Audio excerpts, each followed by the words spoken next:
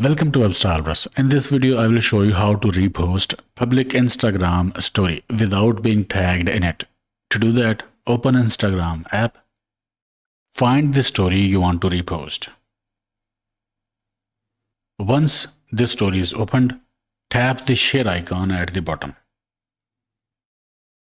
Then tap Add to Story.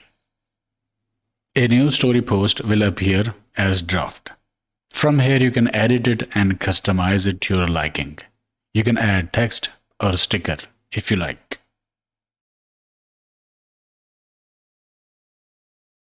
Once you are done, tap Your Story button to post it. And here it is. The original creator will be notified that their story was reposted by you. When your friends view your repost, they can tap the screen to see the author of original story. And this is how you can post any public story to your Instagram. Okay, I hope it helped. Like, share, subscribe, and I will see you in the next one.